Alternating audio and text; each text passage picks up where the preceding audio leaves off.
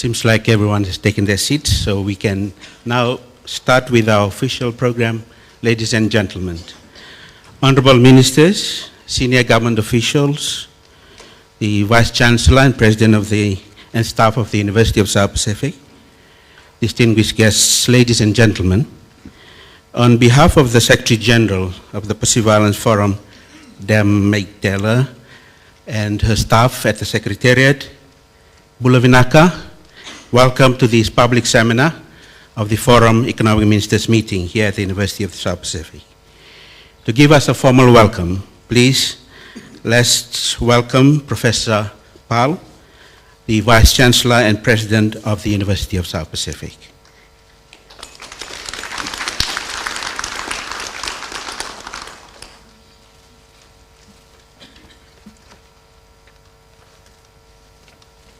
Thank you very much. Our distinguished panelists, I think we're waiting for the Fijian Attorney General Minister to come yet, but the Honorable Mark Brown, Deputy Prime Minister and Minister of Finance of the Cook Islands, the Honorable Sili Apa Toyoti, Minister of Finance in Samoa, Mr. Chris Legg, the Head of Delegation and Chief Advisor, International Policy and Engagement, Treasury in Australia, and Dr. Yasuyuki Sawada, the Chief Economist of the Asian Development Bank. Ministers and senior officials from the region, Dame Meg Taylor, Secretary General of the Pacific Islands Forum, members of the Diplomatic Corps, regional and international organizations, members of the private sector and civil society organizations, our staff, alumni and students, distinguished guests, ladies and gentlemen, a very good evening to you all and Bula Vinaka. It's my pleasure to welcome everyone to the Forum Economic Ministers Public Seminar, and we're very happy to provide this venue once again for this high-level seminar. We acknowledge the efforts of the Pacific Islands Forum Secretariat in organizing this seminar, and I congratulate the Honorable Ministers for their very successful meeting earlier today, and let me also congratulate the Fijian government for hosting a very successful ADB meeting last week in Denarau. This seminar focuses on the theme Building a Resilient Blue Pacific, which is extremely relevant to the region. It provides a great opportunity for us to hear from the people who make a difference, distinguished members of the panel, which includes these three distinguished Forum Economic Ministers, as well as senior officials from Australia and the ADB. USP sees ocean action as a critical component of climate action and ocean-related mitigation and adaptation measures that can help countries accelerate and increase their climate ambition. There is widespread interest in strengthening the links between climate change and ocean change in the scientific and political fields. And for the Pacific Island countries, strengthening the science-policy relationship for better informed decision-making, and also a need for increased understanding of the interlinkages between the ocean and mitigation and adaptation are really critical. More research efforts are needed to better understand future ocean responses to climate change, as well as how the ocean can contribute to climate solutions throughout the coming century.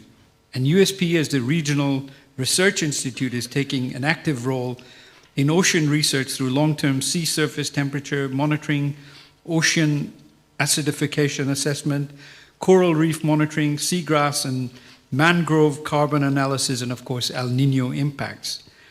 The data and information gaps, however, should not prevent immediate action. USP itself is committed to dedicating efforts to better reflecting the importance of the ocean in the climate system as a means of raising domestic and international ambition for climate change mitigation and adaptation. With the help of the international community, this university is actively engaged in a strategic dialogue, research and technical support for Pacific Island countries. Recently, for example, our researchers were awarded an initial amount of 1.6 million pounds by the One Ocean Hub, which is an ambitious 22 million pound program to respond to the urgent challenges of ocean law, science, and governance.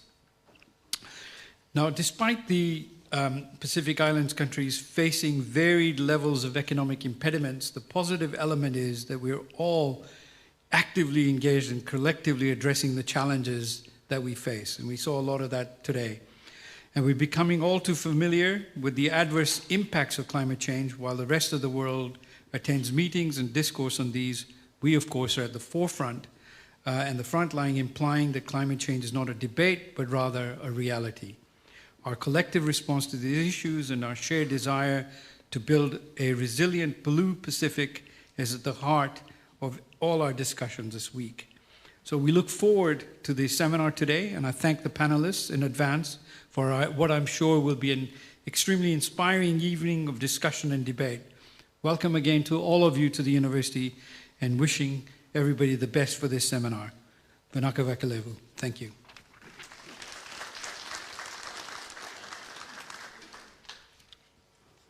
Nabalevu Professor Aluwalia, Vice Chancellor of the University of the South Pacific. Now, before we hear from members of the panel, our honorable ministers, first of all, allow me to welcome you once again in conjunction with what the Vice Chancellor has just done, and also to explain the format of tonight's public seminar. Following the introduction, we'll get started off with an overview presentation by the Asian Development Bank on how we can build resilience in a blue Pacific. Following that, we will then hear from the honorable ministers, our members of the panel, on their perspective on tonight's theme, which is building a resilient blue Pacific, and we might also hear some of the examples in their respective countries. Following the commentaries from the honorable ministers, we'll then go on to the third and the final format for this evening, which will be the open forum, where the panelists will take questions from me as well as from you. So if you have your questions, you can keep them, and we'll allow a lot of time for that discussion to take place. And we're hoping to finish off from here at 8 o'clock, and you will also be invited for some refreshments. Now, it's my great honor to introduce our members of the panel. Firstly, we have the Deputy Prime Minister and Minister of Finance of Cook Islands, Mr. Mark Brown. And as you've heard from the Vice Chancellor, the Honorable Attorney General and Minister of Economy of Fiji, Honorable I.S. Qayyum, is on his way because of the month of Ramadan. That's why he's been delayed a bit. But he has assured us that he'll be joining us shortly. And we also have Honorable Sili Apa Tuyoti, who is the Minister of Finance of Samoa, and also Mr. Chris Legg, who's the head of delegation of the Australian government. He's also the Chief Advisor, International Policy and Engagement with the Treasury, also in Canberra. And of course, from the ADB, Professor Yasuyaki Sawada, who's the Chief Economist of the Asian Development Bank. Professor Sawada is also the Chief Spokesperson on Economic and Development at the Asian Development Bank. With that introduction set aside, we may also want to get our guests gallanted by the ladies, if there's gallanting to take place. Yes.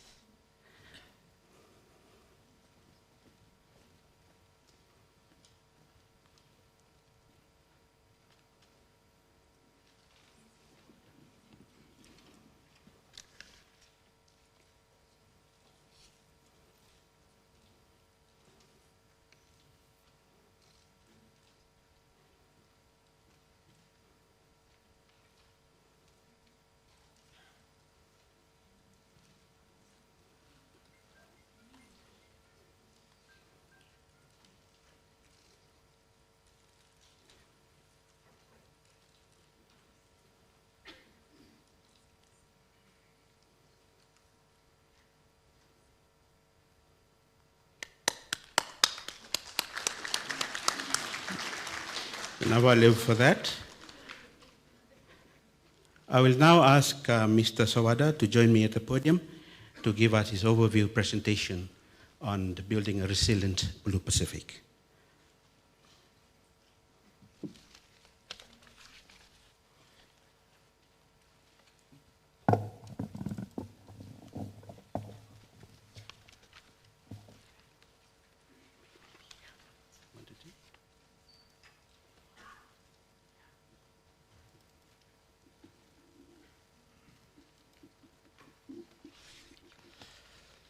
Thank you. Thank you very much. Let me see. Good evening, ladies and gentlemen. I'm Yasu Sawada. Thank you very much for having me for presenting for this very high-level forum. I feel really honored very much to be invited and as a part of this really high-level policy forum, Forum Economic Ministers Meeting Public Seminar. And I realize I'm one of the few, very few, maybe two persons wearing a suit and tie. But now I have this very nice ornament to become a part of audience and a part of Fijian society. Thank you very much. And so my presentation is supposed to set the stage for discussion by the very high-level policy panelists. And basically, I want to share with you 4 key messages. First, I'd like to give you a very broad economic performance of Asian Pacific region.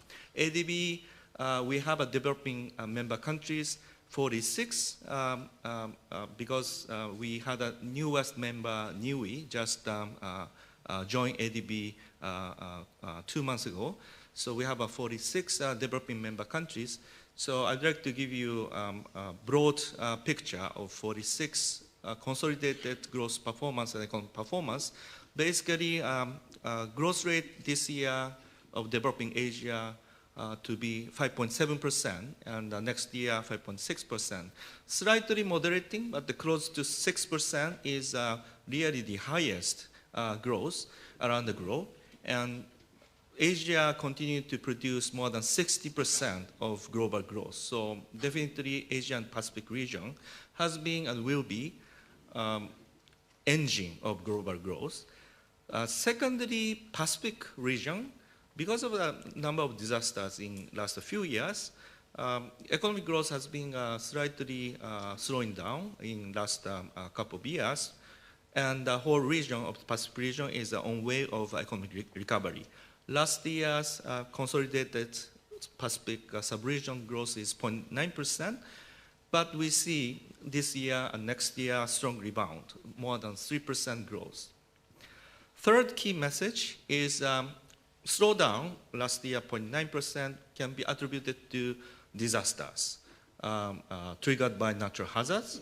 And so Asia and Pacific region, and particularly Pacific region, disproportionately affected by disaster. So how to building up a resilience, strengthening a region to be resilient against disasters. That's a really most important medium-term issue and challenge. And in achieving this last message, according to our study, huge amount or substantial amount of infrastructure investment should be continued. And whole Asia, we need substantial amount of continued investment in physical infrastructure. But in terms of relative ratio to GDP, Pacific is a region which needing the highest amount of infrastructure. So this is the fourth point I'd like to highlight. So, so these 4 points, I'd like to give you a slightly more detailed picture. Okay. The first left chart shows the last few years and this year, next year's overall trend of developing Asia's consolidated growth rate. As I said, 5.7% this year, 5.6% next year. If we exclude already high income economy in Asia and Pacific region, Korea, Taipei, China, Hong Kong, China, and Singapore, this high economy, naturally growth rate is pretty much slow. So if we exclude these 4 tigers with a lower growth rate, consolidated growth will reach 6.2% this year and 6.1% next year. As I said, 6% growth is really strong if we compare other regions around the globe. But slightly slowing down. This slowing down can be mainly attributed to global business cycle tilted downwards since the second half of last year. And consolidated growth shown in right table, US, Euro area, and Japan, Used to be 2.2% last year growth, slowing down 1.9%, next year 1.6%. So global business cycle is a really reason behind slight slowing down of Asian Pacific region's growth. But having said this, again, Asia has been and will be continue robust growth. Especially China is on this slightly moderating growth. Top left is East Asia, and Chinese growth used to be 6.6% last year. This year, 6.3%, and next year, 6.1%. So again, global business cycle and production cycle, particularly semiconductor production business cycle, driving this slightly slowing down of China. And of course, ongoing US-China trade tension fuel this slight moderation of Chinese growth. But again, China having big country, huge number of population, already reached the middle income country, but still continuing 6% growth. That's really robust. Top right is South Asia, and South Asia is the fastest growing region in Asian Pacific. And almost 7% growth will continue. India, last year 7.0, this year 7.2, and next year 7.3%. Growth accelerating because of last few years, government engaged in a major policy reform, introduction of goods and service tax, and also demonetization of high-value currency. Bangladesh even achieving a higher growth of 8.0%. So South Asia seems to be really good looking. Pacific region, as I said, the major disaster hit this Pacific sub-region last year, earthquake in Papua New Guinea, and also Cyclone Gita in Tonga, and other calamities such as tropical depression, Jellywant in FSM, and Cyclone Hora in Vanuatu. So these calamities and disasters hit this region. So consolidated growth became as low as 0.9%. But particularly PNG, we see natural gas production export, reconstruction, rehabilitation is on track. So we see consolidated growth of Pacific sub-region will reach 3.5% this year, and next year 3.2%. But looking back, Pacific region is really a long-term recovery process. It used to be quite high growth rate, 9% or 8% growth. Because of, again, number of calamity hitting this region and exogenous shocks, growth rate has been slowing down last a few years, but this year, next year, we predict growth rate will bounce back strongly. But particularly last year, and also tropical cyclone Winston hitting Fiji year 2016, disasters, these exogenous shocks really a source of risk for this continued economic growth of Pacific sub-region. In fact, if we make, consolidate the different data on disasters and economic damages generated by disasters, we can have an average annual economic losses. And using whole Asian data, we can also, this data divided into different income level of country and also sub-region. Economic losses, total average annual economic losses, if we measure these losses to the proportion of economic size, here asset size of each economy, we can see right chart, we can see Pacific sub-region has the highest economic damages on average arising from a wide variety of disasters if we compare again with asset level or economy size of country. Okay. And also left chart showing that the lower income country, same trend. Lower income country, if we compare with the economic size, damage created by disasters are really substantial. So disaster seems to be really, again, key medium-term sources of highest risk. So how to tackle this disaster? That's a very important challenge.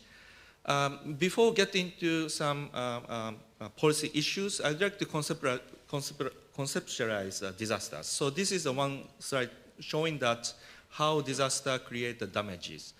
Disaster is a really product of three key factors. Number one is hazard, physical strength of wind speed. Okay? So if wind speed is high, disaster damage is potentially high. Second element is exposure. If you are living in a place where wind speed is blowing, then your damage tended to be larger. Okay? The third part is vulnerability. So even if a strong wind is blowing and you are living there, if you are inside a well-structured building, you are okay. So resilience is really mitigate disaster. But if you are living in a very simple home, then disaster damage can be substantial. So disaster, human losses, physical losses, as well as economic and financial losses, these are really product of three elements: hazard, exposure, and vulnerability. These three things combined together, direct impact of disaster losses, also turn into the indirect losses, losing jobs, and then losing economic means, leading to a medium-term losses. And more importantly, this disaster shocks can propagate through time and also through space. So one generation being hit by big disaster, losing everything, then this family cannot invest in the next generation. So poverty trap triggered by disaster perpetuate over time. So this is a time domain spillover effect. The other one is one place hit by disasters. For example, Thailand encountered big floods in year 2011, and Thai flood really hitting industrial cluster in Ayutthaya area north of Bangkok. And this Ayutthaya had a global concentration of hard drive industry. So onset of floods hitting this Ayutthaya, global hard drive price hiked. Okay. So then, those areas unaffected, indirectly affected through higher hard drive prices. Industry and producers located in other Asian countries also affected by indirectly through spillover effect of spatial domain. So this is the conceptual framework, how disaster affects economy, society, and people. So we need to mitigate this chain of disaster damages and spillover effect. So how to do that? We identify three key elements of disaster resilience, building up resilience against this chain of disaster damages. Number one is mainstreaming disaster risk reduction in long-term or medium-term development policy, investment policy. That's very important. And this is formalized by a 2015 Sendai Framework for Disaster Risk Reduction as a global agenda. And also in this global agenda of disaster risk reduction, shifting a focus from after response to more beforehand prevention and preparedness. So shifting investment afterwards or reconstruction to more preventive investment. That's really key. And also, again, thinking about investment to strengthen disaster resilience, that can also generate medium-term and long-term benefit. So yielding multiple dividends, that's really important. And the mainstreaming disaster risk reduction is really shifting focus for beforehand and also incorporating or generating multiple dividends. So these are concrete issues, but the one example, so cyclone shelter is often constructed against the cyclone damages. Cyclone shelter, of course, strong cyclone shelter and also human-friendly or even shelter that can accommodate livestock, that's very important to weather immediate impact of cyclone. But at the same time, cyclone shelter can be used as a classroom in non-disaster usual time. And also cyclone shelter can be used for regular community meetings in normal times. So cyclone shelter can, by doing so, cyclone shelter can also facilitate human capital investment and also social capital investment, nurturing a long-term and medium-term benefit. So this is the first element, mainstreaming disaster risk reduction. Second is how to manage finance of disaster damages. So in order to reconstruct and rehabilitate, you need money. So beforehand, you need to carefully set financing schemes. So big disaster, it necessitates international support. So a multilateral development bank like ADB can play a very important role. Small disasters, a frequent disaster, that can be handled by each individual government through having fiscal buffers and retaining a risk and controlling risk. Medium range, somewhat frequent disaster and somewhat big damage, there is a huge potential to develop disaster insurance schemes. Okay? So according to reinsurance companies' data, in Asian Pacific region, in last 3 decades, out of total damage created by disaster, total economic damages created by different type of disasters, cyclone, typhoon, floods, droughts, earthquakes, volcanic eruption, tsunami, even including biological disasters like avian influenza, etc., etc. Total economic damage created by these disasters, only 8% of damage are covered by formal market-based insurance. So more than 90% damages, no insurance at all. So there is a huge room for market mechanism can be carefully set up so that disaster risk can be diversified away.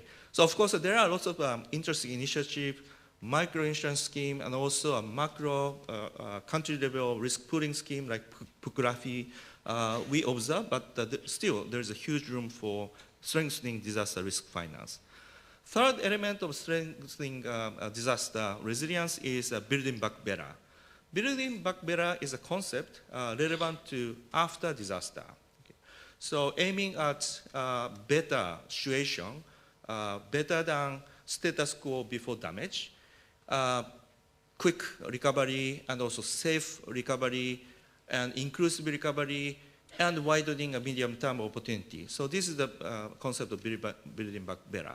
But having said this is a concept again relevant after disaster, but it's very important to have a contingent policy beforehand, so that whenever different type of disaster hits, immediately government, private sector, and also individuals can act against the potential damage.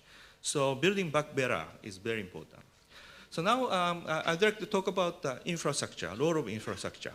So shifting focus from after response to more preventive investment and also building back better. Infrastructure investment is a really core element. So this is an example of tropical cyclone Winston caused the 2,000 million losses immediately a couple of years ago, and it amounted to more than 20% of GDP. And this naturally necessitated large infrastructure reconstruction investment. And also, so these are the figures in the table I extracted from a government Fiji figure. So transport, water, electricity, communication, huge amount of reconstruction investment needed. And building back better concept, probably this is a lower bound estimate. It says that 3% of GDP immediate investment for rehabilitating and reconstructing infrastructure needed. So I think this is very important, and so this is a core ingredient of shifting focus and strengthening resilience, shifting focus for prevention, and also building back better. On top of this, also we need to think about some market-based insurance mechanism. But anyway, so how much we need after all? So I'd like to describe the necessary amount of investment based on our, yeah, 2 minutes. Based on our special study on infrastructure needs assessment. So we use the past investments in different infrastructure, transport, energy, ICT, and water and sanitation, 4 areas of infrastructure. We bring cross-country data, and also we matched with growth rate performance. Then we computed, in order for Asia and Pacific region to continue growth momentum, as I said, Asia Pacific region is a global driver of growth. In order to continue growth momentum and maintain poverty reduction trend, as well as help achieve climate change mitigation adaptation, help achieve global goal Paris agreement, we computed how much we need, okay, using data. So this is the result. In total, Asian Pacific region needs 26 trillion US dollars over Sustainable Development Goal horizon, 15 years. In other words, 1 year, 1.7 trillion US dollars per year. That level of investment is needed for Asian Pacific region to achieve growth, poverty reduction, and also climate change goal. So here, as you can see, sub-regional wise, we see Pacific region needs, including a climate change mitigation adaptation related investment, 46 billion US dollars over 15 years horizon. That level of investment is needed. In other words, roughly speaking, 9% out of GDP. That level of investment in infrastructure is needed. Sector-wise, transport sector seems to play a core role. So 70% of investment should be allocated to transport sector, followed by power sector, 17%. So transport sector and also a substantial amount of investment, that's really needed for Pacific region to continue growth, poverty reduction, and the climate change mitigation adaptation. Of course, climate change mitigation-wise, power sector play a very important role by adapting clean energy and renewable energy. By the way, transport sector include roads, infrastructure, airport, seaport, but mostly out of transport sector, road infrastructure seems to play a largest role.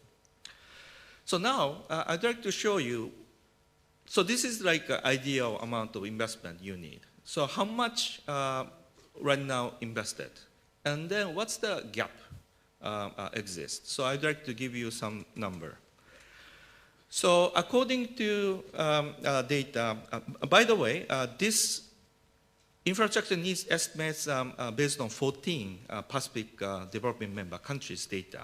But actual investment data, because of data quality, I need to confine our attention to 5 Pacific member countries listed here: Fiji, Marshall Islands, Micronesia, Papua New Guinea, and Kiribati. So 5 countries' data. Overall current investment, year 2015, left end, showing that 0.6 billion US dollars investment in infrastructure, total infrastructure in single year of 5 countries. But according to right end, we can see annual needs is 2.1 billion US dollars. So gap is 1.5 billion US dollars per year, or 7% or 6.9% investment gap exists. So again, we can confine our attention to right chart. So this is the final slides. Again, only 5 countries' data because of data quality, but investment needs is 2.1%, 2.1 billion US dollars single year, as we can see right end green bar chart.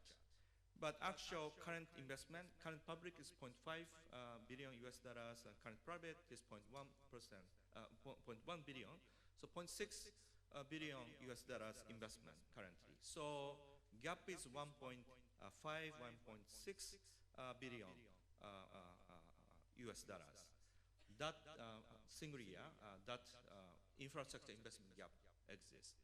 Unless this gap is fulfilled, there is a risk of slowing down growth, poverty reduction trend, and half achieving climate change goals. So how to fill in this gap? Number one, public investment can be expanded. According to a so-called fiscal space analysis, government can engage tax reform, expenditure reorganization, and also prudent borrowing, and also some idea, innovative or new idea, for example, land value capture, this kind of idea can be incorporated so that public investment can be expanded. But admittedly, there is a limitation of expanding a fiscal space for further public investment. So remaining gap should be fulfilled somehow. And one possibility is somehow stimulating more private money flowing into this Pacific region so that this gap can be sufficiently fulfilled. And of course, public-private partnership and also ADB can play an important role to providing guarantee and other broader infrastructure investment ecosystem. So, so I think MDB has been and will be playing a very important role to fill in the gap. But anyway, so this is based on specific data, specific concept. So this is one kind of a ballpark estimate. Main message is in order for Pacific region to continue poverty reduction, growth, and achieving climate change, mitigation, adaptation, and also adaptation is really strengthening resilience. So work against the natural disasters or disaster triggered by natural hazards, substantial investment needs exist, and filling in the gap is really a big challenge. With that, I'd like to stop my setting a stage presentation. Thank you very much.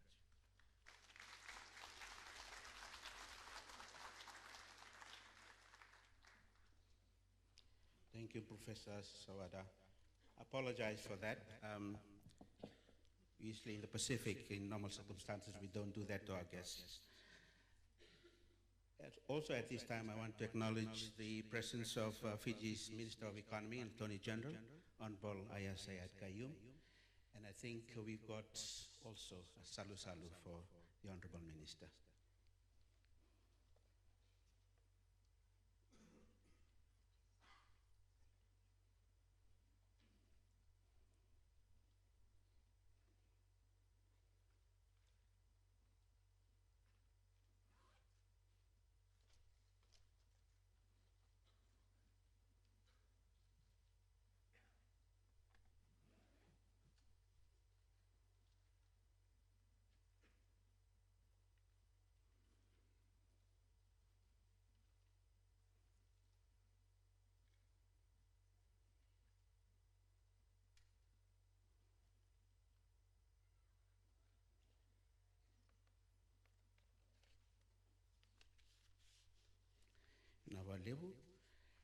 Now we go on to the second segment of our program tonight, and this is what I know most of you will be here for.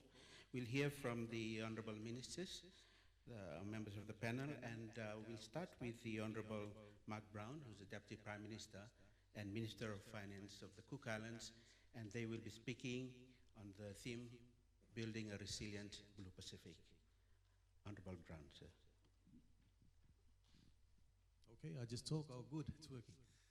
Bula, Kia orana, good evening, everybody. Firstly, to Professor Powell, Vice Chancellor of the USB, Dame Meg Taylor, thank you very much for the invitation to speak at this panel. I'll be talking a bit about the Cook Island perspective. So it's probably good to put it into context. The Cook Islands, from a demographic perspective, has a global population of 100,000 people. We have a resident population of 15,000 people. So most of our people live in other countries. predominantly New Zealand and also increasingly Australia. Some of them play for the All Blacks, and tragically some of them play for the Wallabies. But that's the nature of our demographic. To give you an idea of our country, we are a nation of 2 million square kilometers. Of that, 99.99% is ocean. The land area is less than 250 square kilometers. Now, Mr. Sawada put up some beautiful pictures to illustrate his point, so I'll try and paint a picture for you what that means. If this whole stage area at the front here was 2 million square kilometers of ocean, our total combined land area of our islands would be about the size of this, that's it there. So it's actually less than that. If I made it to the actual size, you wouldn't see it, would be too small. In this country of ours, we will generate this year $500 million in GDP. So we've, I guess, performed economically to the extent that we are regarded as a middle to high income country. And under the OECD criteria, we will graduate to developed nation status, which in some cases means that we no longer are eligible for development assistance, or countries can no longer use their contributions to us as deckable in terms of the Development Assistance Index.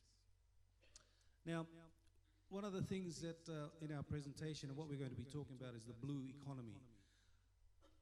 For us, very much so. Our economy is driven primarily over the last 30 years in particular, but particularly over the last 8 years by growth in tourism. Tourism is a huge contributor to our economy, 60% of GDP. Increasingly, we are starting to get far better returns from our fishery, which contributes to GDP as well, and this is as a result of improved regional fisheries frameworks, which are drafted in a way that provides better return to Pacific Island countries and at the same time ensures sustainability of our tuna stocks in the ocean. And thirdly, the other contributor to our economy is a small but significant financial services sector. Climate change for us is a huge issue. Coral bleaching, sea level rise, the incidence of more intense cyclones and weather events, none of these were caused by Pacific Island countries. But we are the ones that are feeling the brunt of that. So for us, resilience building and adaptation is the biggest priority, as demonstrated just before. However, in terms of mitigation measures to reduce carbon emissions, many of our countries are doing their bit to convert to renewable energy, to reduce carbon emissions. But the carbon emissions from all of the Pacific Island countries represent less than 0.1% of total global carbon emissions. So even though we're doing our bit, it won't make any difference. It really makes a difference when large countries make that effort. To give you an example, I guess Australia, next to us this year, will be excavating 500 million tons of coal, which will be going out to the global economy. There are developing countries in the world that rely on coal and fossil fuel to lift their people out of poverty. That's the reality we face, so it's a difficult situation that we have to try and address. But at the same time, to credit of Australia, they are providing measures to assist countries like us in addressing resilience. The newly released Australia Infrastructure Resilience Fund, I think, is a good example. It's a step in the right direction. But as pointed out, a lot more is needed to help build resilience in Pacific Island countries. And that was the topic of our discussions essentially today at the Finance Economic Ministers meeting, looking at ways of building, of accessing finance to build resilience in our economies. For many years now, Pacific Island finance ministers have been at the forefront of calls for greater access, easier access, particularly to climate financing. We see that, building resilience in basic infrastructure like ports and airports, the climate resilience component of that is significant. That gap that was pointed out, that's what we need to build to ensure that when we are hit by climate events, we've built it to a level of resilience that can withstand or mitigate the cost of reconstruction and recovery. And that's really critical. The World Bank tells us that for every dollar we put into building resilience, we save $8 in reconstruction and recovery. So it makes sound financial sense to look at putting more money into resilience. From the Cook Islands perspective, we've developed quite a bit in terms of disaster risk recovery and preparedness in terms of financial instruments and the layered approach that was demonstrated before. So we have an emergency response fund which we've built up from domestic surplus revenues, which sits at around $2 million for us, which is a significant pool of money, to allow us to respond immediately in event of disaster. We've engaged contractors on agreements that in events of natural disaster, their companies can be called upon immediately to carry out work to clear roads, clear runways, with the assurance of the agreements we've signed with them prior that they will get paid. We're a member of the PCRAFI, which is an insurance product for member countries to pay a premium to provide an insurance cover, a parametric insurance cover, which means certain level of destruction or storm, you automatically get a payout of a set amount of money. Also, we're one of the first countries to enter into, with the ADB, a contingent line of credit to have an amount of money, I think it's $10 million US for us that we've signed up for. Again, in the event of disaster, those funds can be immediately drawn upon without having to go through the process of applying for a loan and so forth. So these are things that help us on the recovery side. It's important that we also spend the effort on the resilience side, at the front end, before cyclones occur. So for us, strengthening key infrastructure such as sealing runways. As you heard, 15,000 people, okay, how much can that be? Well, when we talk about runways in our country, we've got 10 runways, one on each island. So when you're sealing a runway, the cost is the same whether you're sealing it for a population of 1,000 people or whether it's a population of 100,000 people. So the cost for us is huge on a per capita basis, the capital investment cost. So you've got to be innovative in finding ways to be able to build the resilience, but without building up your debt level as well. So for us, climate finance, grant finance, blended finance that we're looking at to build that resilience, but in a way that reduces debt is vitally important. So under traditional banking terms and conditions, that doesn't help us. So we have to look at non-traditional means of terms and conditions from financing, and even non-traditional donors and contributors to help us build this development finance. And I was very happy that today's discussions with fellow ministers was towards those sorts of things. The Green Climate Fund for us is vitally important. This was a commitment made by member countries to try and help those countries at risk to build resilience. 5 years ago, the implementation of the GCF started. It became operational about 3 years ago. We got our first grant from them 2 years ago for renewable energy program.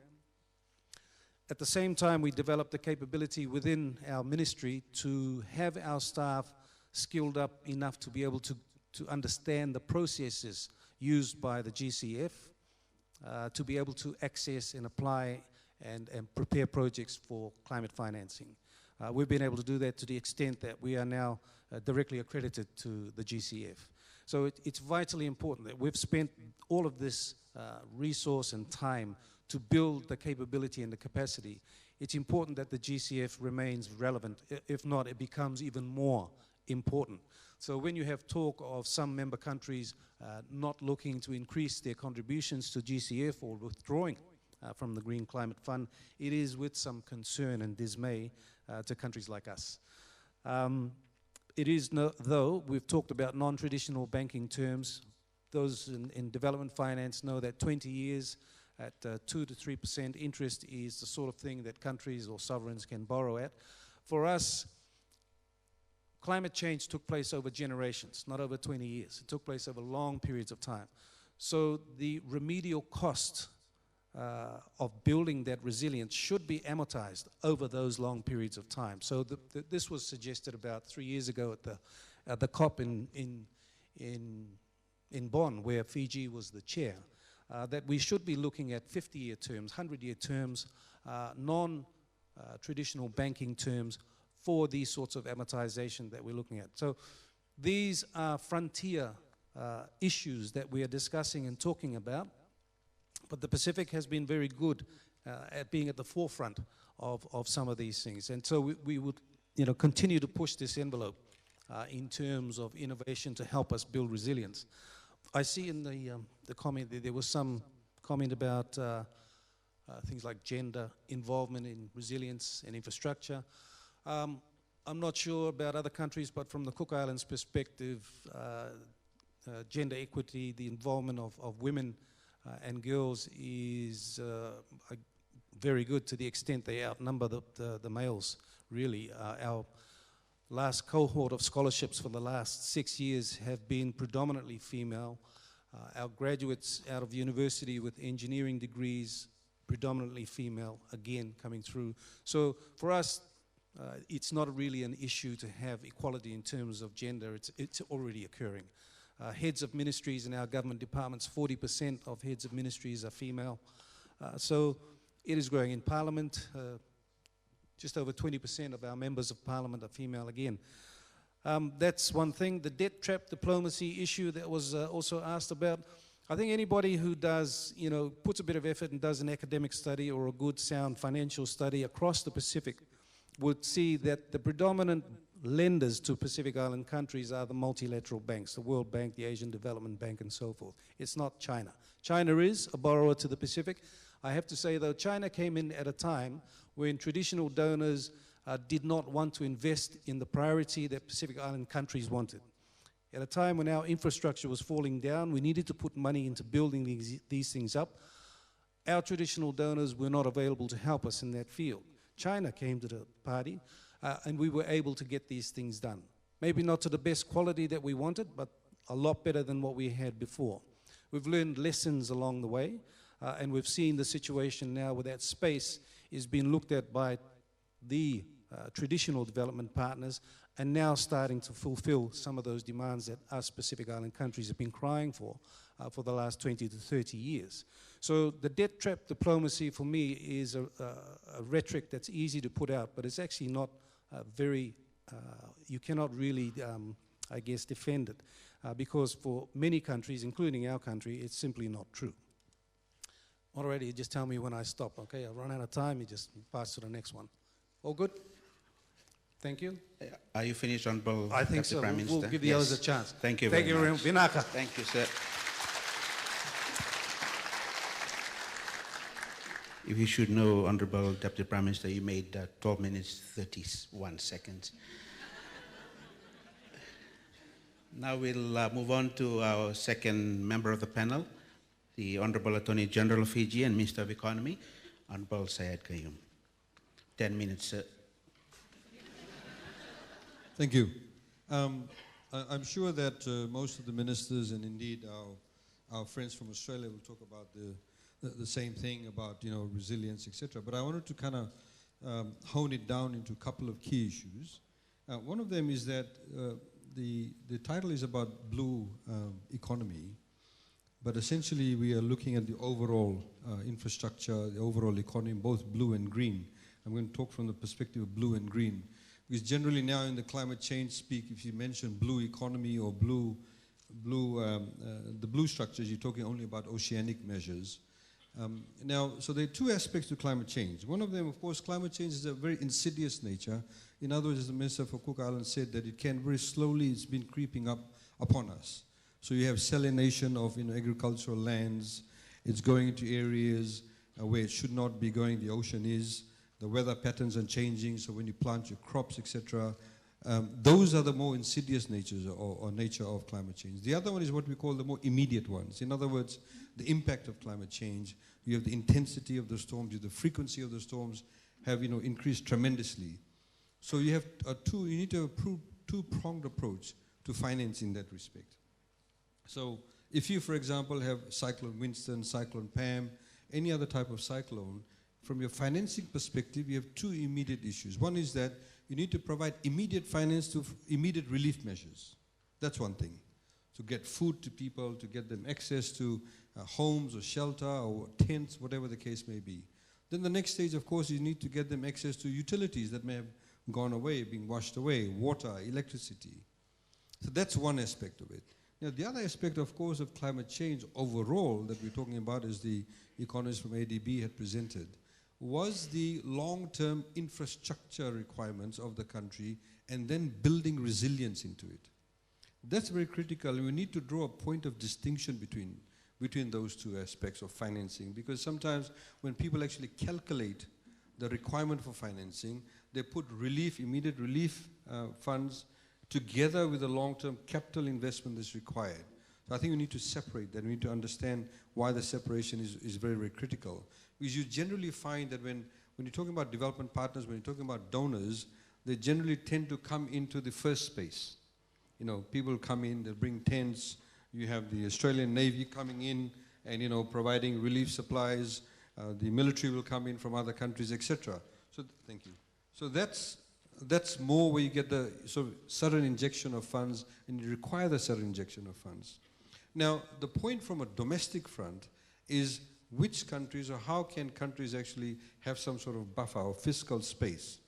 Now, in Fiji, what we have been doing over the past few years, we provide, for example, $5 to $10 million in the budget to have a buffer. So, for example, if tomorrow there's a cyclone, we immediately have some funds that we can spend to buy food supplies, to get the civil servants out to places where they would not normally go because there's no cyclone. So that's the kind of funding you do require. PICRAFI, that was mentioned earlier on by the minister, PICRAFI is more for immediate relief assistance. Now, Fiji is not part of PICRAFI from a national perspective, because we think that the premiums are too high and that the funds that were being allocated to PICRAFI was only about $2 to $3 million, which we think that we can reallocate or readjust within our own budget mechanism. So I think the other point that I wanted to make, so if you're able to separate that, is in terms of building resilience. And I've highlighted this at the ADB meeting. Now, Fiji, for example, recognized this very much earlier on in the piece. So we had climate change used to sit in foreign affairs. So very early on in the piece, we recognized that climate change actually needs to be mainstreamed. And what I mean by mainstream is needs to be mainstream in your national policy planning, into your development plans. This is why climate change is within the Ministry of Economy, which is a much broader perspective. So we're able to infiltrate, if you like, for want of a better word, climate change discipline into the different ministries through the budgetary process. It is very interesting. When we were in Washington a few weeks ago, there is actually a group, I forget the group of ministers, that are ministers for finance who need to sign up to be more sensitive to climate change. It's called under the Helsinki Principles. And for Fiji, it was very organic to do that because already the Ministry of Economy has climate change in itself. So Fiji, given the resilience, we actually asked the World Bank to carry out a study for us. This is called the Climate Vulnerability Assessment, or CVA. Now, we recognized very early on in the piece that in order to be able to know exactly what we need to spend to build resilience, we need to measure our vulnerability. And we, of course, then can map out. We can also then go armed with this particular publication, go to our donors, go to our financiers and say, look, guys, this is what we need. This is where we will be spending the money, coupled with our national development plan. These are the specific targets that we do have. So this is very critical to do. So I think, from a governance perspective, you need to have a lot of transparency in your measurement of your vulnerability. And if you get third-party validation of that, that helps also. Now, Fiji has been deemed, like Cook Islands, a middle-income country for a number of years. So Fiji was not the recipient, like Cook Islands, of what we call the IDA funds in the World Bank. In other words, concessional funding, we weren't entitled to that. So we've been kind of pushing the envelope for the past 3 or 4 years and saying to the World Bank that, look, we can have one climatic event that can wipe off decades of development. And in fact, that's what happened, obviously, with Winston. In fact, those figures there need to be updated. In fact, the total cost of Winston was about $1.4 billion, US dollars, 1/3 of the value of our GDP within 24 hours. You can imagine that kind of catastrophic level. We were actually very, very lucky because Winston did not hit most of the tourism properties. If Winston had hit the tourism properties, we would have been in dire straits, because the economy would not have been able to bounce back as quickly as it did. Of course, there were some fiscal measures we put in place. For example, the FNPF released funds, and we had our Help for Homes initiative that pumped in about $125 million into the economy, that kind of churned it up, and we have more economic growth very quickly. So we were able to now access IDA funds. But the point that the Minister for Cook Islands is making and alluded to was about the cost of funds. And I think that's the challenge for most Pacific Island countries, is to be able to access funds that are actually not as expensive as you would get in the open market. That's very, very tricky. Now, under the ADB study, they put 6 Pacific Island countries in what they call high distress debt levels. The economist is nodding his head. 6 countries. Some of them are moderate, some of them are sustainable. The reality is that it's not something necessarily only peculiar to the Pacific. It's also a problem that Caribbean countries face, or landlocked countries in sub-Saharan Africa or other parts of Africa face, because they've got enormous impact on the economy because of climatic events and because of other factors, but generally climatic events, that's putting a huge stress on the economic output of the country. Or they do have output, but then you have climatic events that actually push them back. So I think that is the challenge, and I think one of the things we've been trying to do, of course, is we try to come up with creative measures to be able to source financing. I mean, I know a lot of people in Fiji have suddenly become experts in debt and talk about the high levels of debt in Fiji, etc. But they don't actually know the real figures. Our debt to GDP ratio is about 45.9%. But the reality of the matter is our debt exposure nominally is about $5.6 billion. So that's not a bad position to be in. So debt is not necessarily a bad thing as long as the debt is able to give you productive capacity. And you're able to build resilience at the same time. But it's not an easy choice. I'll give an example very quickly before I finish off. The Minister for Infrastructure is here. Now, if he's identified, for example, a particular stretch of the road where there are 10 villages, and we've said, okay, we want to get them connected to the electricity grid. Now, with X amount of dollars, he can connect the 10 villages. But if we say, let's build resilience, let's make sure that these electrical cables or poles don't blow down in the next cyclone. So what is the option? The option is to go underground. As we've done, if you look at the 4-lane road coming out of Nandi Airport all the way to Martintar, etc., the cables are all underground. Now, but for the minister to be able to come and make those representations to the Ministry of Economy, if he wants to go down, it will be at the expense of 7 of those villages not being connected. Why? Because the cost of going underground is almost 3 times as high or more than going above ground. So what does he do? Does he connect all 10 villages now? Because the villages in the other 7 villages will say, hang on guys, what about me? My kids want electricity. We want electricity now. I want refrigeration. When I catch the fish, I want to put it in a fridge. But he may turn around and say, well, hang on, no. I want to make sure that if I connect you to electricity, the poles don't blow down. These are what you call political economic choices. These are political economy issues. So again, the point of the matter is, will our development partners, will the financiers actually recognize that should the Minister of Infrastructure in conjunction with the Ministry of Economy make the decision to build resilience, that we get some sort of reward? Should we be rewarded for the fact that we, instead of doing all 10 at one above ground, might get blown down again tomorrow, we are now going underground? Should we get access to concessional funding? Should we be able to partner with development partners? You see, because the reality of the matter is that if you talk about adaptation versus mitigation, most of the Pacific Island countries actually need funds for adaptation. As the Deputy Prime Minister from Cook Islands has highlighted, our carbon footprint is almost negligible in the overall scheme of things. Yet we are the coalface of climate change. So we have to bear the cost. So what are the issues? How do we deal with these matters? So these are not necessarily, very easy solutions.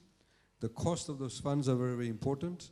The ability to ensure that it's less stressful on your balance sheets is also critically important.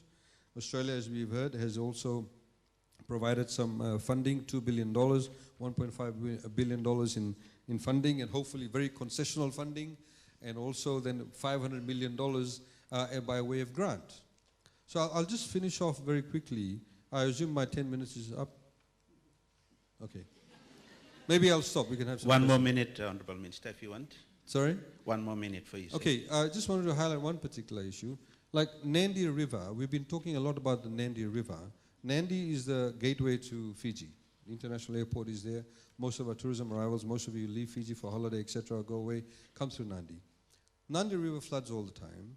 There was a JICA mission back in the 1990s that wanted to actually, have a completely realignment of Nandi River. Those of you in know Nandi well, the back road, to put it straight out all the way through where Colonial Plaza is in that area. Of course, it never happened. The money disappeared and what have you. We don't know about that. But now, we've been working for the past 2 years with JICA and the Japanese government, and they're very good partners, but we spend a lot of money of ourselves to actually come up with a very good study. Hydrology, your geotech studies and what have you. As a result of that, we now have about 5 development partners that are keen to fund it.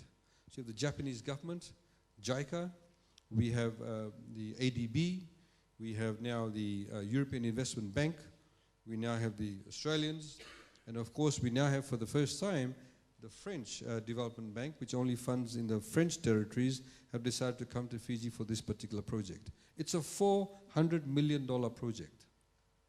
It's a $400 million project. Now, there are 3 different stages to it. But that money needs to be spent, otherwise we have to relocate Nandi town for the long term. So these are the kind of projects that we are looking at. Obviously, there are much smaller projects. Last point I want to make is relocation. Fiji is going to set up what we call a relocation, a climate change relocation trust fund. There are 43 villages have been identified. We've already moved 3 villages to higher ground that needs to be moved to higher ground.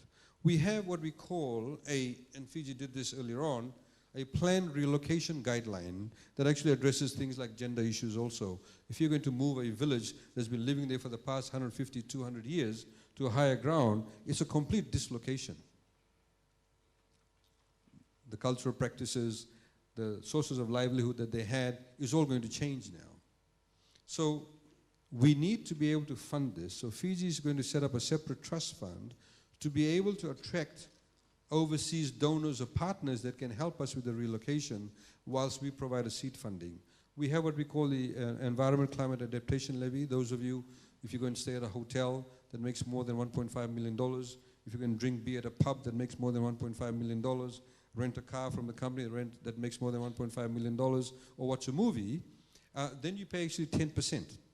Now, from the 10% of those funds by law actually have to be spent only on environmental and climate adaptation measures.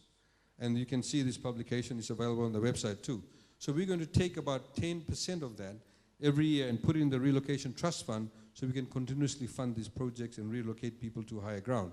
So these are, not very easy issues, but from a finance perspective, the point I just wanted to make is that sourcing finance that has attractive rates and be able to work with the private sector is something that is a huge challenge to all of us, and this is something that we need to work on. Of course, I can go on about insurance, but I'll let the Minister for Samoa speak. Thank you. Navale, Honorable Attorney General. And now we welcome Honorable Tuioti, the Finance Minister of Samoa. Thank you. Thank you very much for the opportunity to be on this panel. A lot that has been said by Minister Brown and the Honorable Attorney General are some of the things that we face in Samoa as well. We like most of the Pacific Island countries, we went through some major disaster that impacted on our economy. We had cyclones, we had the tsunami, we had flooding, and in most of these disasters, they sort of wiped out up to 40% of our GDP. And we were listed by the World Bank and ADB and others as a debt stress economy. But the only reason why we incurred that was to ensure that we restore the necessary economic infrastructure for our people, roading, water supplies, power, and providing for families who were without homes for several months and helping to rebuild their lives. So we actually sort of went up to close to 54-55% of our GDP for the debt, but now we've sort of come down to less than 50%, and we're also looking at a medium-term target of about 45%. And we have to, one of the challenges that we have is engaging with the communities. They have very short memories, the communities. They want to relocate immediately after the cyclones and tsunamis, and we provided for financial assistance for them to relocate and to rebuild. But then they come back and say, well, we want to go back to be close to the coastal areas. And as you know, for many of the Pacific Island countries, all our communities sort of reside along the coastal areas. Our main roading infrastructure and power assets are all around the coastal area. So it's always sort of very difficult to try and convince people to move inland. Of course, when there are warnings for strong winds and earthquakes and tsunami, that's when they come and say, well, maybe we should move. But we are investing a lot of infrastructure with the support of the World Bank and ADB and some of our bilateral partners, Japan, have contributed to restoring those assets. We also had to borrow because we thought it's not sufficient just to rebuild to the standards that were there before the major disaster. We wanted to make sure that we, as was mentioned earlier, to build back better and to try and have open up road infrastructure inland, and we've been successful in certain areas that we have relocated communities up to the higher grounds, and they're close to where they can have their plantations and their farms. So not only are they safe from future disasters, but they are also working the land that they're residing on. So instead of commuting from the coastal areas to where their farmlands are. So that has helped also with the productivity of the communities in the farming sector. We investing a lot with trying to ensure connectivity with the communities. We want to give them a reason to stay in their communities and not migrate to the town area, because when they come in, and obviously they'll be looking for jobs, and there are not enough jobs for them to do. But to provide, we're investing in helping the communities with support for doing small businesses, helping them with plantations, helping them with concessional financing to be able to be self-sufficient. We have invested in our early warning systems. We have invested in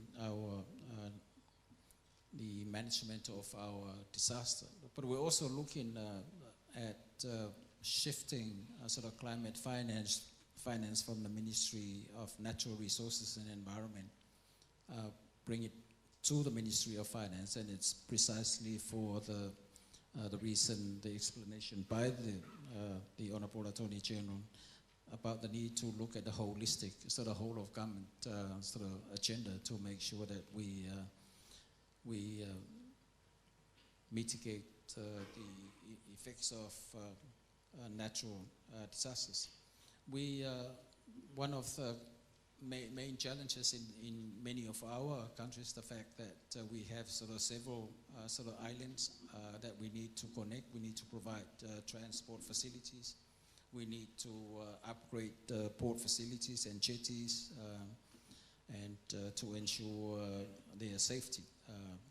We also have had to invest in a new international airport, because the old one we had was affected by the cyclones, and we had to go to the Chinese, and the Chinese has built it for us. Well, it's a combination between the Chinese providing for the new terminal and the World Bank the World Bank helping us with the new runways.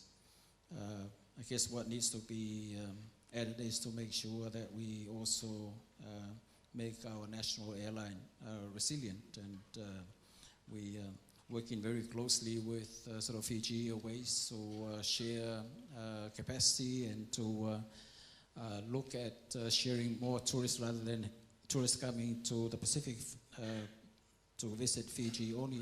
We are encouraging that we should also then help them to go to 2 or 3 other sort of countries. We know that sort of French Polynesia that receives direct flights from Europe and from the US are very keen to have some of those tourists sort of visit to the Cook Islands and Samoa. So we're also looking at our tax system to ensure that we build a buffer in our budget to respond very quickly in the case of natural disasters. Obviously, immediately after disasters, we get a lot of the humanitarian assistance.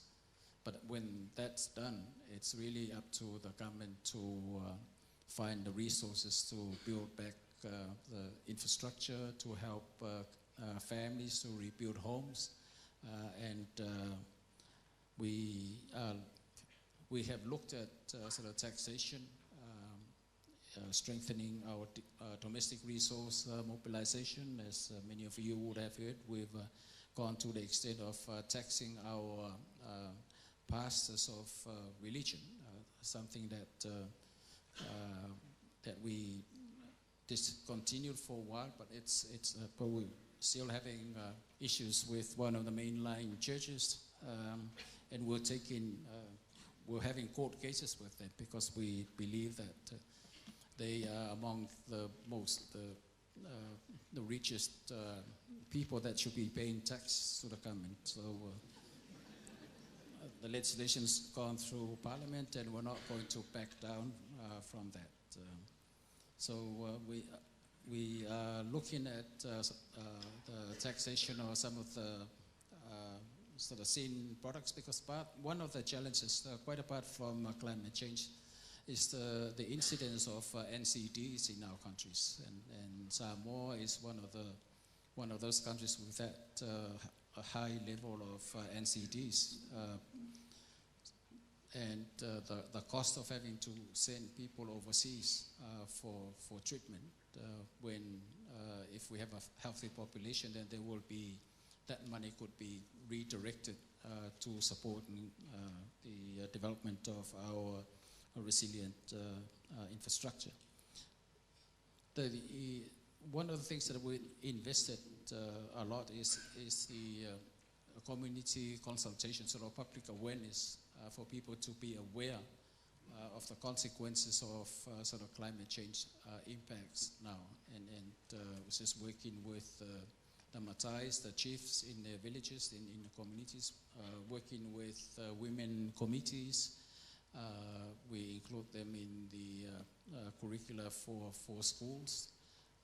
And talking about schools too, we, because after the cyclone we lost a lot of school buildings, so the government has helped together with some of our development partners to rebuild some of those schools.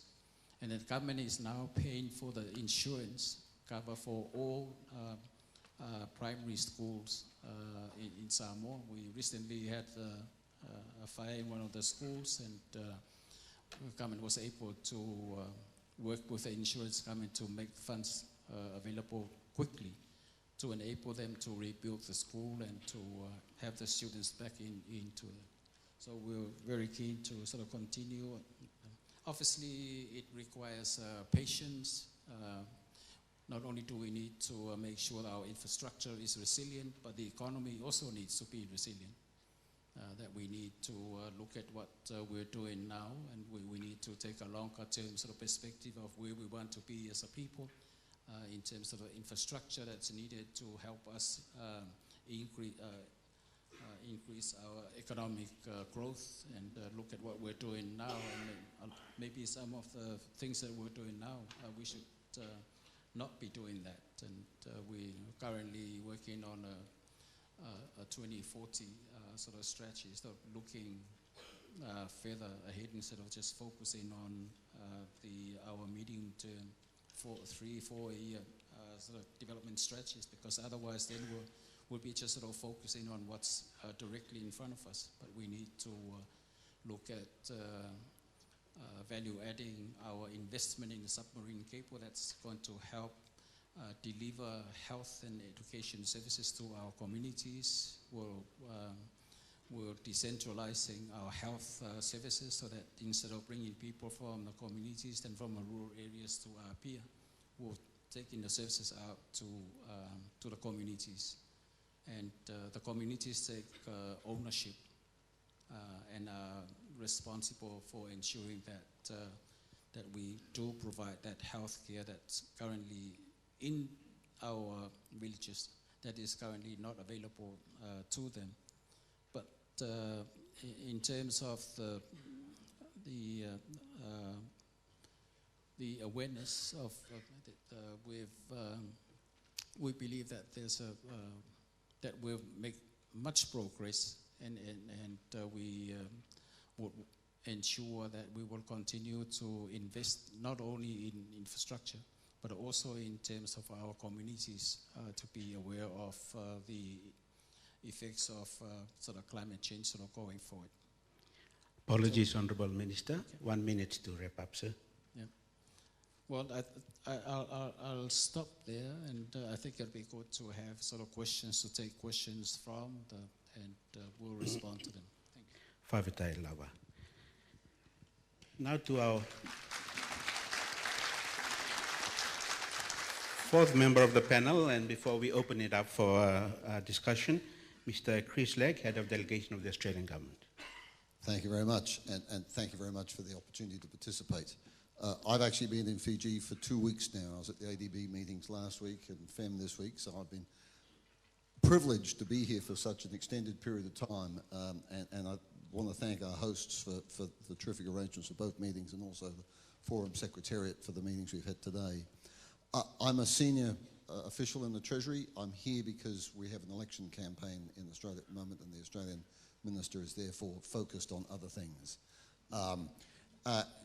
And for that reason, I've been very much in listening mode. I've been in listening mode also because I think on issues of resilience and the blue economy, there's a lot we can learn. We've been hearing tonight very articulate, detailed command of the issues. And so I'm not going to say a lot about the resilience issues. I have to say the lesson I've taken away from the listening today and tonight and the reading beforehand is we have to think about resilience in a sort of multi-layered systemic way.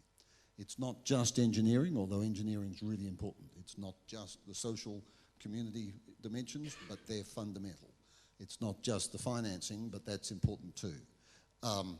And to the extent that resilience costs, the more you can think about it systemically and address it holistically, the better able I suspect we are to manage those costs rather than to deal with it in a piecemeal way. And I would emphasise as a Treasury officer the importance of fiscal resilience as well. So the debt issues, comments made by Mr. Brown are very pertinent, but clearly countries do not want to exacerbate debt sustainability concerns in a way that exposes their fiscal vulnerability, exposes them to financial shocks from abroad. That's also a key element of resilience.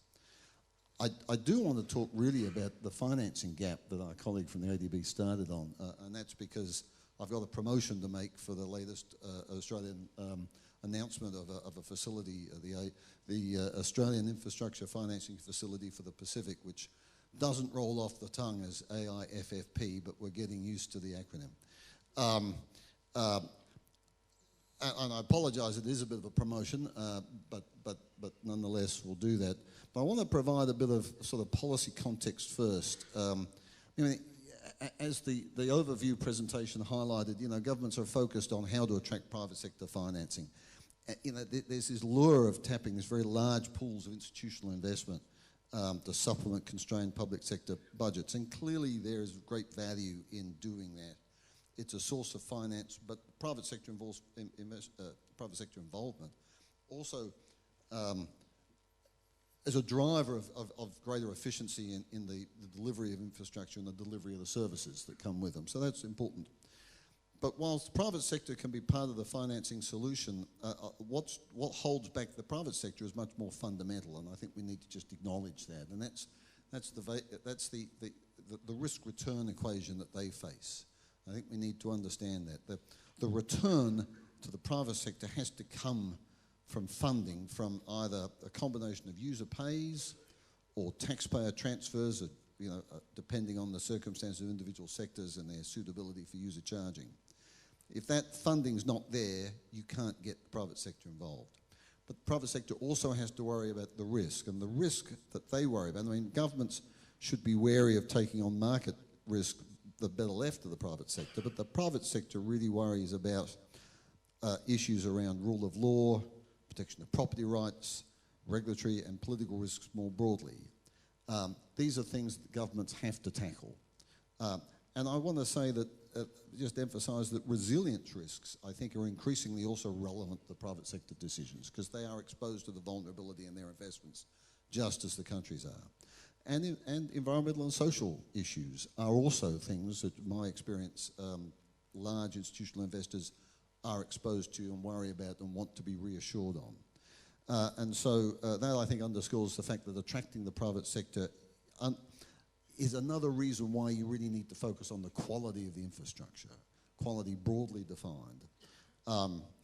And those issues are things which the governments involved have to take the lead on solving. They have help, they can have support from others, but that's fundamentally at the centre of this. Now, in practice, of course, some balance of both public and private sector involvement is always going to be needed. And in the Pacific, I think the lack of scale, the narrow economic basis, the vulnerability, will inevitably mean that the private sector's risk premium is going to be higher. And the role for the public sector will always be higher than perhaps some would like. Moreover, the balance between the public and the private sector investment is going to vary significantly across the region because the range of countries is so great. From areas in Fiji, where clearly there's a vibrant private sector and potential for private sector involvement, to countries like Tuvalu, where that is perhaps more problematic. So the AIFFP does not substitute for efforts to tackle these fundamental issues that impede private sector financing. But it does offer, I think, a new source of financing that is going to be sufficiently flexible to help respond to that diversity. It's a $2 billion facility. It's the first time in any systemic way that Australian governments have added to their toolkit. They generally provide ODA through grants. This is the first time in a systemic way we're extending that to loans. And it's available for both sovereign and non-sovereign projects. So it's flexible in that way. The focus on lending is because it's a deliberate recognition of the fact that to stretch the ODA dollar for infrastructure that adds to productive capacity, lending lets you do more with less. And it allows for considerable flexibility in a case-by-case, country-by-country basis by having both the 500 million grant element and a non-concessional loan element of 1.5 million. Now, we could have designed this to put the two together and said, here's a concessional loan window and there's a formula for the degree of concession.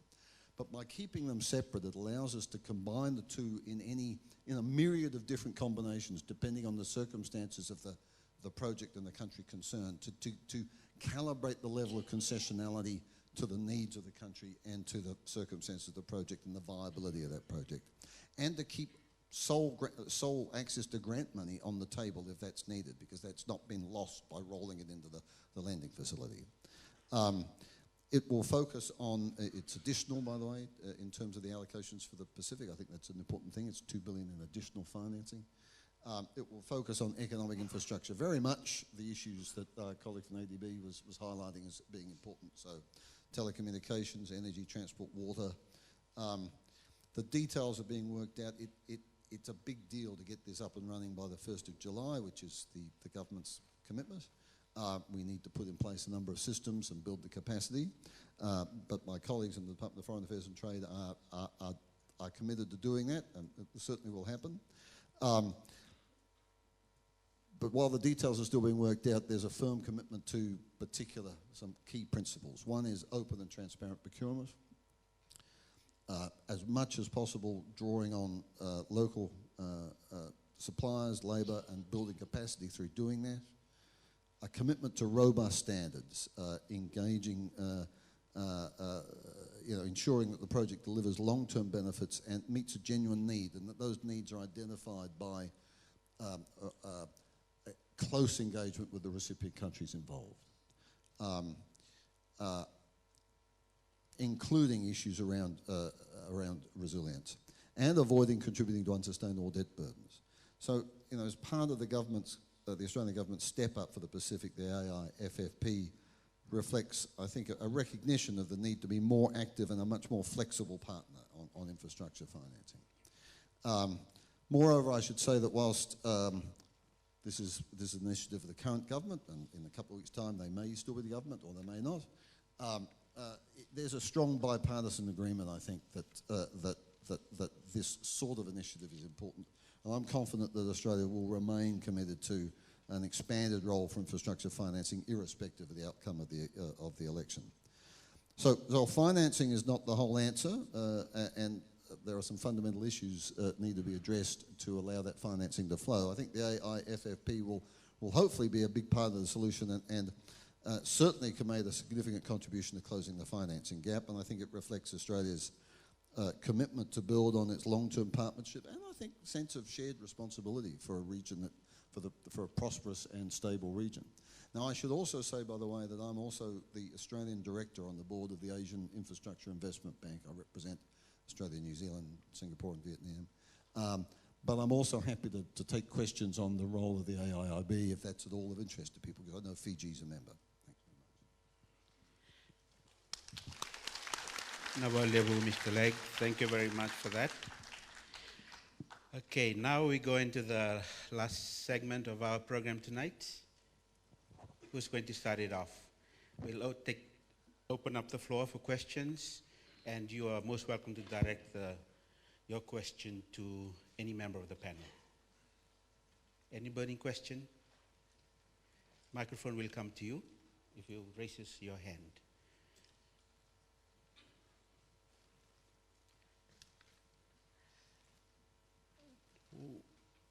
I think all the members of the panel did a very good job. Nobody has a question. Okay, the gentleman over there. Can we have a microphone over to the third row at the center there? Thank you. So, Richard Neves from PIFTAC here in Suva. A question for the Chief Economist of the ADB. You pointed out a financing, a big gap, I think of around 7% of GDP. But one of the issues many of these economies face is their absorptive capacity to actually take that money on and invest it, transport, purchase of equipment, purchase of supplies, available labour. Have you got anything to provide feedback on that? That's a very important point. Actually, our computation is purely based on continuing a growth and poverty reduction trend, also necessity to tackle mitigation CO2 greenhouse gas emission control, as well as strengthening resilience or adaptation. So we did a pure exercise. What's the necessary amount of investment? and then comparing this amount with the current investment. So this is a simple difference we attributed infrastructure investment gap. So, but when it comes to operationalize these numbers as a ballpark amount of necessary additional investment, of course absorptive capacity and implementation capacity of a concrete. So two things are necessary. We need to subdivide it into different necessary infrastructure areas: transport, energy, water, ICT, etc., etc. And then a second issue is how to building up absorptive capacity of these investments. So actually, these issues we are not really looking into, unfortunately. But I think that's a really important point. And I think one way is to think. So this is like a top-down numbers, a top-down approach. But I think in order to respond to your inquiry carefully, I think we need a bottom-up approach. So concrete necessary investment in transport sector, road rehabilitation project, for example. So what's the capacity of local companies? What's the scope for international companies to help and absorb this investment timely and quality manner? So I think we can. I think it will necessary to look into a bottom-up approach and micro project by project approach. But I think this is a very important point. Any other question? Thank you. There was a gentleman, somebody. There's a lady out at the back there, Naka. Thank you very much, Honourable Ministers. Just as somebody who's worked in climate resilience for a while, and it's really rewarding to see the level of engagement on this issue from Ministers of Finance and how much it has been mainstreamed into processes. I just had a quick question on the level to which that's happening within things like tender and procurement processes within your ministries. So to what extent have resilience criteria around resilience been mainstreamed into those processes so that we're not always choosing just on the basis of finance, but we're recognizing, as several of you mentioned, that resilience costs money, and so we need to not be selecting the cheapest contractor or the cheapest construction company or whatever that might be. So I'd be really interested to hear how you're dealing that. And several of you also mentioned the tourism sector, as key contributors to GDP, and also the tourism sector is financing some of the areas around resilience, such as measures through ECAL. To what extent are you also engaging the tourism industry in the issues around building resilience? Because obviously they are a key sector in building infrastructure in many of the countries that are represented. So I'd be really interested to hear in how you're engaging with the tourism sector as key partners in the resilience question as well. Naka.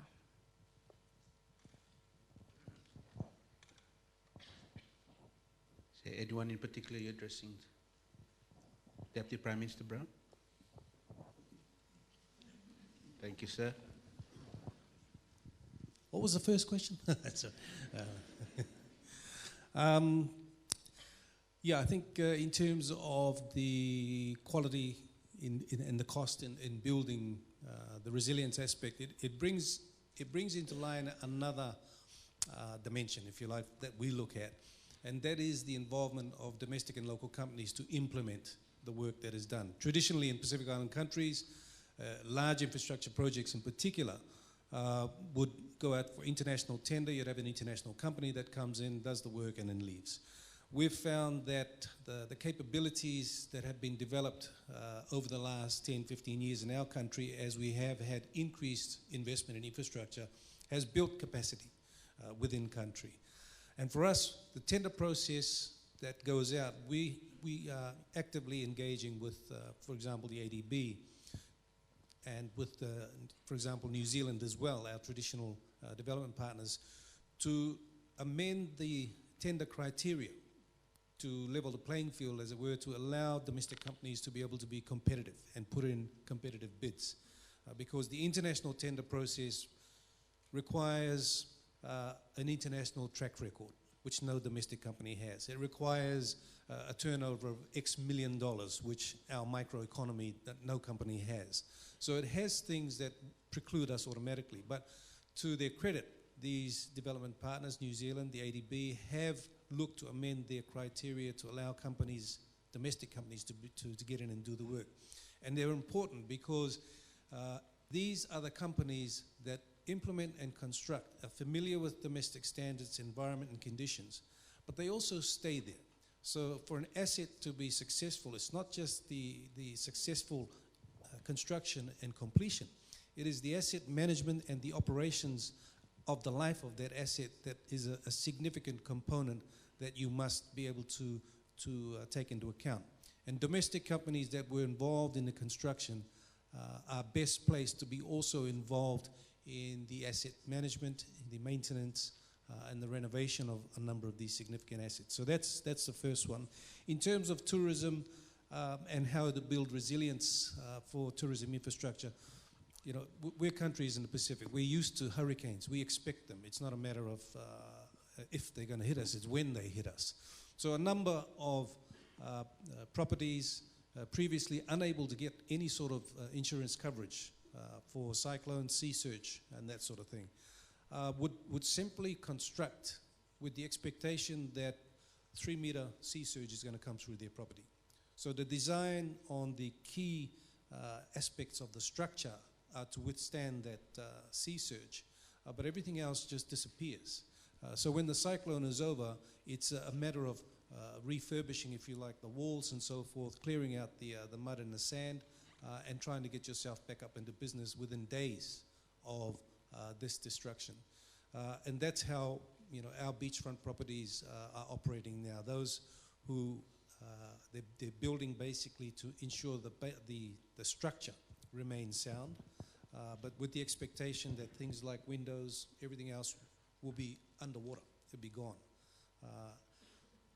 But to assist them, we've mentioned, and I spoke earlier in the presentation, on some of the insurance facilities that we have entered into and looking to extend that to the private sector companies to be part of as well. If they contribute a premium amount, we will ensure that a payout is on a pro rata basis with what the Crown receives. And that's, I guess, the beauty of the PCRAFI insurance instrument. It's not on a damage assessment basis, it's on a parametric basis, so the government has the determination on how much goes where. Thanks. Sorry, thank you. I think, you know, procurement is a very interesting area, and we've now got e-tendering in Fiji's case. So obviously it gives opportunity to people, both domestically and foreign-based, to be able to tender. But as the Deputy Prime Minister highlighted, is the terms of the tender requirement itself you may need to look at. I think many of the Pacific Island countries, including Fiji, there is also need to knowledge transfer. So sometimes international companies actually bring about a particular level of, a particular type of technology, particular level of knowledge that does not exist. The trick, of course, is to be able to transfer that knowledge and the technology. So if we found, for example, in the FRA's case, there's a lot of subcontracting that takes place. So if you have a new technology, if you have a new methodology of building, then you need somebody that actually has the know-how. And then if you have subcontractors below that, they actually then learn how to use the technology, but the initial parameters and the determination, the quality control needs to be done by the company that's not necessarily domestic. And as a result of that, for example, in the road maintenance contract in Fiji, for the Western Division, at least one half of it has now gone after 4 or 5 years to actually a local company that has been the beneficiary of that knowledge transfer.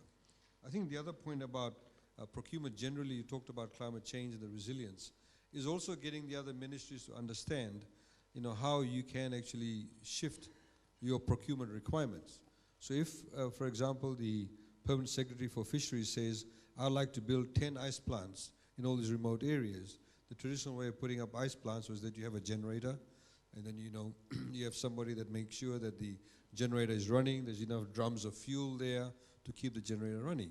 But of course, now you can build in, you know, solar-powered ice plants. You can have hybrid systems, you can put batteries in that. So that's where planning comes in and says to them, look, why haven't you thought of this option? So from the procurement perspective, you can then build that type of resilience within. But I think the perennial sort of issue here is how much of resilience do you build at the expense of perhaps denying some people access to utilities, and it's a balancing act. You talked about tourism infrastructure.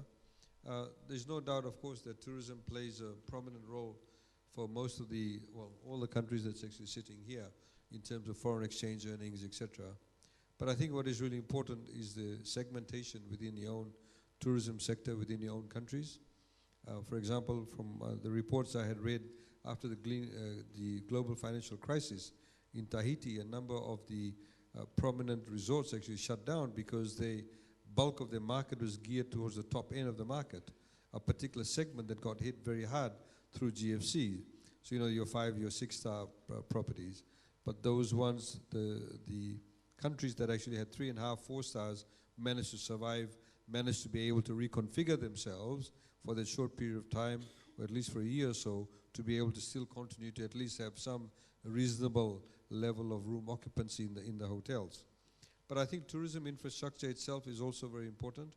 There are many, of course, tourism properties in Fiji that could be more climate engineered in terms of having more solar panels, in terms of having salination plants, or desalination plants, I should say, but also more importantly in terms of waste management.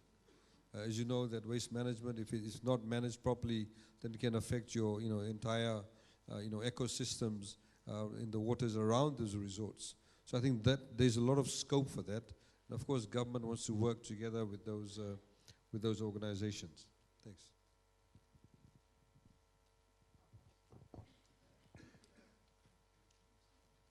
Time for 2 more questions. Gentleman over that side. And any other? Okay. And this. Bula Excellencies, I'm Nicolas Simbert from Green Cross, the CSO of Jean-Michel Cousteau in France. And I have a question to any of you who want specifically to respond it. What are your specific requirements with respect to the G7 who will happen in late August and the UN Environmental Day who will happen in September?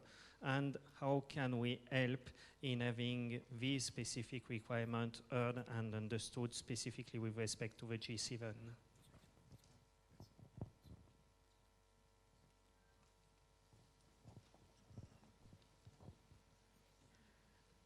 Can you repeat the question? I think the members of the panel have... Sorry. In late August this year, there will be a G7 summit happening in Paris with all the 7 leading countries of the world. And on the 23rd of September, there will be a UN Environmental Day in New York. As far as we know, it might be that the Pacific topic will be on the agenda, but it seems that the preparation work has not come to some very specific key point, questions, and items to be raised. So the purpose of my question is to ask on whether there are so many specific expectations expected from this forum. Honorable Attorney General, sir. If there's one thing that the G7 can do, is to actually get a lot of the private sector thinking more about the space in climate change. I'll give you a very classic point. We talked about insurance. Now, the penetration rate of insurance in Fiji is only 10%. Only 10% of the market is insured. Now, traditionally also, the insurance companies have had enormous flexibility in Fiji. If you are an individual household, if you own a house in Lautoka or Ba, nobody will give you flood cover. The insurance company just made a decision a few years ago, because those 2 towns get a lot of flood, no flood cover. Maybe some of the bigger companies that have large properties, all around Fiji, if they've got a property in Nandi, they might give them flood cover. But the the excess is very high. So similarly, you'll find that in the space of giving cover for cyclone cover. In Fiji, I think it was in the 80s or 90s, they had about 2 or 3 cyclones in one particular year, where then there's enormous payouts. So the insurance companies and the reinsurers decided that they'll set very onerous standards of compliance. So if you want to get, for example, a cyclone cover for your property, your house, the compliance is very high. So you have to spend literally tens of thousands of dollars to be compliant, to get an engineer certificate, and only then you'll get insurance cover. Most Fijians cannot afford it. Now, and also we think it's a bit of an overkill, but that's the market. So what we have been working on, we've been working with the World Bank. We're trying to get them to get some form of cover for, individual standard Fijian homes. Now, most of the homes, for example, in villages, they're not necessarily certified, let alone cyclone cover, let alone normal certification. Most farmhouses are not. So what we are trying to aim for is to be able to work with the insurance companies to firstly develop an appetite for providing insurance, but also to come up with the know-how and the collaborative approach to ensure that if, for example, we provided some basic strapping, there's certain strappings you can do to the rafters, the joints with the roof. If you're able to provide that basic cover, then you may be able to get at least some form of insurance coverage, even say $10,000 or $5,000 or $15,000. That would really help. And we need the insurance companies to work together with us on that. It's not just about money. In fact, the Fijian government in this year's budget and also in the last year's budget allocated actually $1 million to pay for the premiums of low-income families should such an insurance product have been developed. Because we need to inculcate the culture of insurance. We spent $125 million in Cyclone Winston by helping people rebuild their homes. $110 million in Josie, Kenny, Gita last year. It's not sustainable. No government can continue to do this. So we need insurance products in its place. So it's not just about saying, taking a higher risk, but also working with us to be able to say, working with the insurance council, etc., let's provide some basic compliance so people then have a culture of having insurance. We need to inculcate the culture of taking out insurance. People in Fiji generally don't take out insurance. That is very important, and that's where the reinsurers come in. Most of the reinsurance companies are headquartered in metropolitan cities and countries, including the G7s.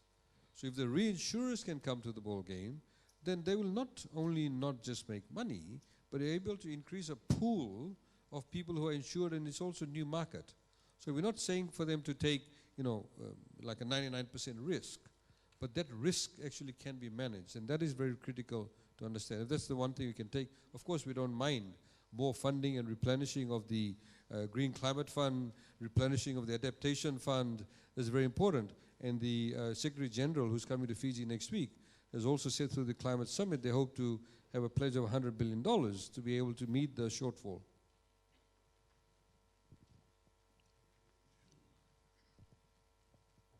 We have time just for one quick question, and we'll have one quick reply. Thank you. Yeah, my question is to the Attorney General.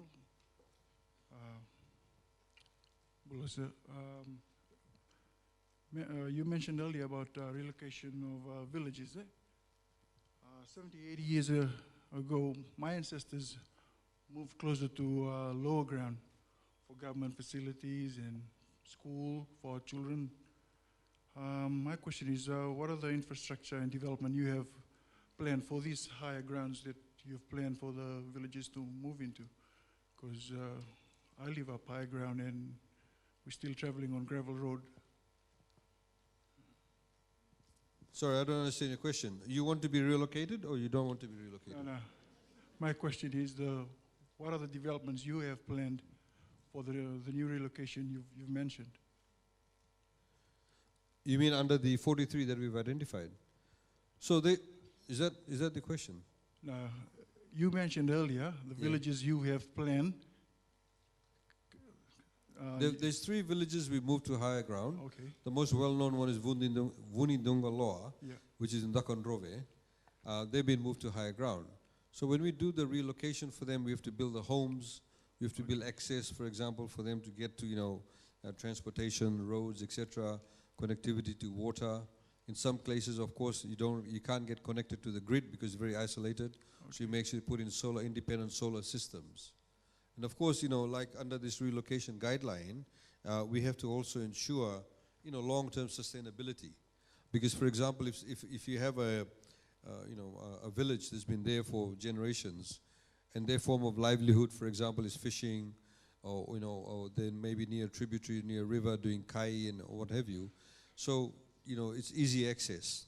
So if they're suddenly going to be moved, 2 hills away, how will that affect the ability to have access to sustainable livelihoods? So what measures can we put? Do we, for example, need to teach them new farming techniques, new methodology of farming, getting them into new agriculture, which they perhaps may not have been used to? That's what the relocation is all about. Thank you, sir. Thanks. Unfortunately, time has caught up with us. We have to conclude this session. Of course, there's a light supper being served at the lobby, and we can continue discussions with our members of the panel. And also, for those of you who need transportation, there will be a bus leaving outside the main entrance that will go past all the major hotels in the city. You're most welcome to hop on that bus. And before we leave the theater, may we once again thank our members of the panel for their presentation tonight.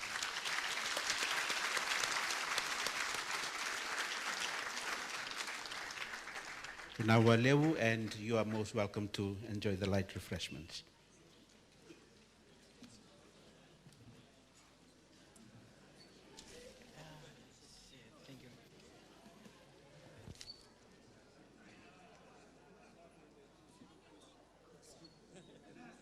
Thank you very much.